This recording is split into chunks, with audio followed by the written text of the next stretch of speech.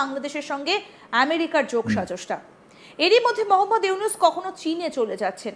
তাহলে কি এবার ভারতের কে যেভাবে বাংলাদেশের ভেতর থেকে ভারতের উদ্দেশ্যে যেভাবে একের পর এক বক্তব্য উঠে আসছিল, তাহলে কি ভারতের বিরুদ্ধে এবার একজোট হচ্ছে দেশগুলো, অর্থাৎ বাংলাদেশ, পাকিস্তান, চীন এবং यूएस? इंडियन मीडिया अब खुद मान रहा है कि प्रोफेसर मोहम्मद यूनुस ने एक ऐसा मैजिक किया है जिसके बाद 4 बड़े मुल्क इंडिया के खिलाफ खड़े हो चुके हैं और एक बड़ा ग्रुप बन चुका है।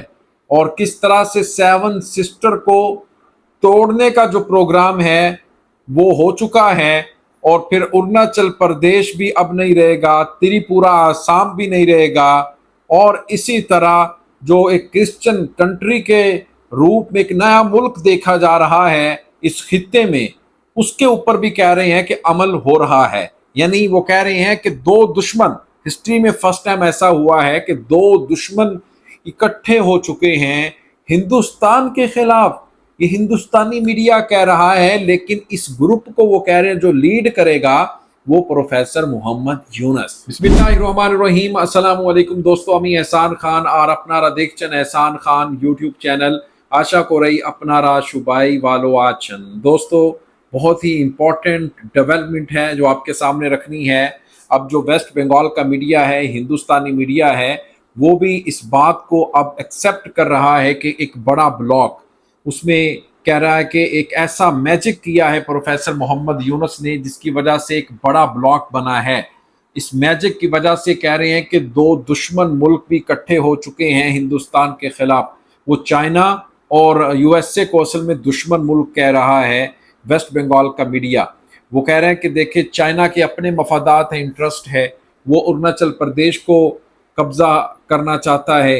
और जो अमेरिका है वो एक अलग क्रिश्चियन स्टेट चाहता है, एक अलग कंट्री चाहता है। और इसी तरह जो बांग्लादेश है उसका जो इंटरेस्ट है वो 7 सिस्टर को तोड़कर त्रिपुरा, आसाम, बंगाल, इसको अपने साथ मिलाकर एक ग्रेटर बांग्लादेश का जो ख्वाब है उसको पूरा करना चाहता है। पाकिस्तान जो इंडिया को वैसे ही कमज़ोर देखना चाहता है। ये वेस्ट बंगाल मीडिया दोस्तों कह रहा है कि एक बड़ा जो ग्रुप है वो अब वजूद में आ रहा है जिससे इंडिया को बहुत सारे जो खदशात हैं वो लाहक हैं। तो इसी के ऊपर दोस्तों एक वीडियो क्लिप है, वो देखेंगे। मेरे पास व्हाट्सएप आया, मैंने कहा क्यों ना आपके साथ भी शेयर किया जाए। इसको देखते हैं दोस्तों, फिर हम इसके ऊपर डिटेल से बात करेंगे। जुड़े रहिएगा आखिर तक। आपने दोस्तों इस वीडियो को जरूर देखना है। अगर अभी तक आपने हमारे यूट्यूब चैनल एहसान रिएक्शन को सब्सक्राइब नहीं किया, चैनल पर फर्स्ट टाइम विजिट कर रहे हैं, तो जनाब चैनल को भी सब्सक्राइब कर लें और बेल आइकन भी प्रेस कर दें। वीडियो को लाइक भी किया करें और कमेंट सेक्शन में आप अपनी फीडबैक से हमें जरूर आगाह भी किया करें। ले दोस्तों, वीडियो देखिएगा। 3, 2, 1 एंड क्यू। গোটা বিশ্ব জুড়ে যেন মনে হচ্ছে যে সমীকরণগুলো আস্তে আস্তে বদলে যাচ্ছে। ভারতের সঙ্গে এতদিন বাংলাদেশের যে সম্পর্কটা ছিল গত 1 বছর ধরে, বিশেষত শেখ হাসিনার পরবর্তী সময়ে বাংলাদেশের সঙ্গে ভারতের সম্পর্ক এবং সমীকরণ একেবারে বদলে গিয়েছে। প্রথমে পাকিস্তান এবং তারপর একদম স্পষ্ট হয়ে গিয়েছে বাংলাদেশের সঙ্গে আমেরিকার যোগসাজশটা। এরই মধ্যে মোহাম্মদ ইউনূস কখনো চীনে চলে যাচ্ছেন। তাহলে কি এবার ভারতের কে যেভাবে বাংলাদেশের ভেতর থেকে ভারতের উদ্দেশ্যে যেভাবে একের পর এক বক্তব্য উঠে আসছিল, তাহলে কি ভারতের বিরুদ্ধে এবার একজোট হচ্ছে দেশগুলো, অর্থাৎ বাংলাদেশ, পাকিস্তান, চীন এবং ইউএসএ? আমরা এই পুরো বিষয়টা নিয়ে আলোচনা করব। আমাদের সঙ্গে রয়েছেন বাংলাদেশের আইনজীবী নিঝুম মজুমদার। আপনাকে স্বাগত জানাই আজ তাক বাংলায়।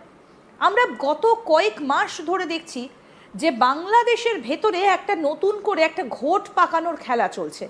আমেরিকা যে বাংলাদেশে এসে ঘাঁটি গেড়েছে সেটা আর বলার অপেক্ষা রাখে না। তাহলে কি চীন, পাকিস্তান, আমেরিকা এবং বাংলাদেশ একসঙ্গে একটা ঘোট পাকাচ্ছে ভারতের বিরুদ্ধে? দেখুন, আমার মনে হয় এই প্রোগ্রামটাই হচ্ছে অন্যতম প্রোগ্রাম যে 5ই আগস্টের পর থেকে আমরা কিন্তু এই কথাগুলোই নানান ফরম্যাটে বলে এসেছি। এই যে ঘোট পাকানোর কথা বলছেন সেই উত্তরটা আমরা নানান ফরম্যাটে কিন্তু দিয়েছি। আমরা এটাও দেখিয়েছি যে, কারণ আমি একটা শব্দ এতবার বলেছি এইখানে, আবারও আজকে বলতে হবে, সেটা হচ্ছে যে ভারতের এগেনস্ট একটা প্রক্সি ওয়ার বাংলাদেশের ভূমি ব্যবহার করে করা হচ্ছে। আজকে যে সংবাদটা সামনে এসেছে সেই সংবাদটাকে বেইজ করে হয়তোবা এই আলোচনাটা নতুন করে শুরু হচ্ছে।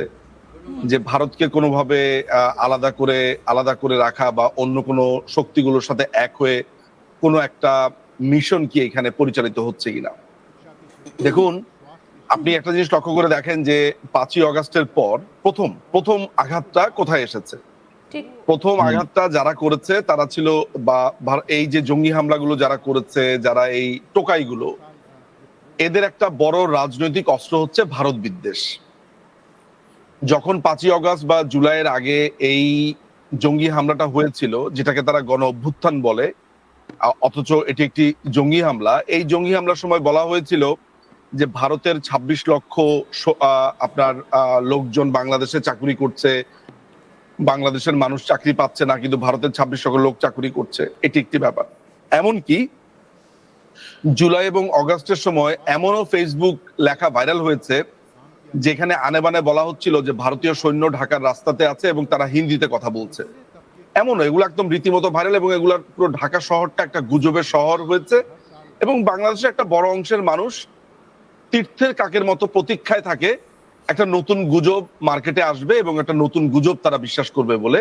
আপনি জানেন না যে প্রফেশনালি মানুষ অপেক্ষা করতে থাকে একটা গুজবের জন্য।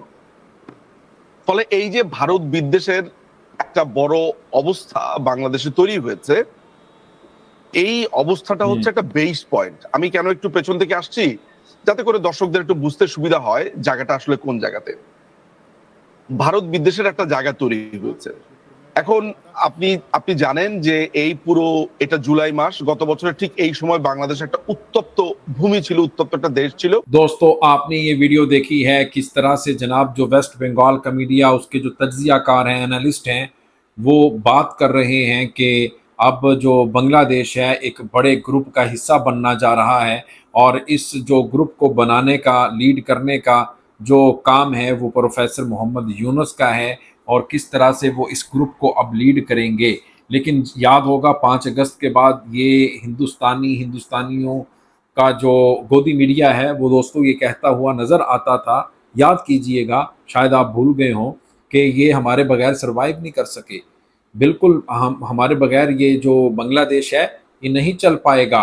इनको शर्म नहीं आती, ये नमक हरामी हैं, हमने इनको बनाया, हमने बांग्लादेश की मदद की। इस तरह की बातें सुनने को मिली बांग्लादेशियों को, ताने।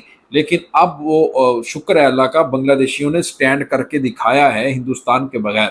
ना सिर्फ उसके बगैर वो सरवाइव कर रहे हैं हिंदुस्तान के बगैर, बल्कि एक बड़े ग्रुप को भी बनाकर दिखाया, जिससे इंडियन की जो नींदें हैं रात की वो उड़ चुकी हैं। इसीलिए उनके जो तज्जियाकार हैं, उनके जो एनालिस्ट हैं, वो बड़े परेशान हैं। दोस्तों, आपका क्या कहना है इस वीडियो के बारे में बताइएगा कमेंट सेक्शन में। मिलेंगे आपसे नेक्स्ट वीडियो में, तब तक के लिए अपना और अपने इस चैनल का बहुत ज़्यादा ख्याल रखिएगा। अल्लाह हाफिज़।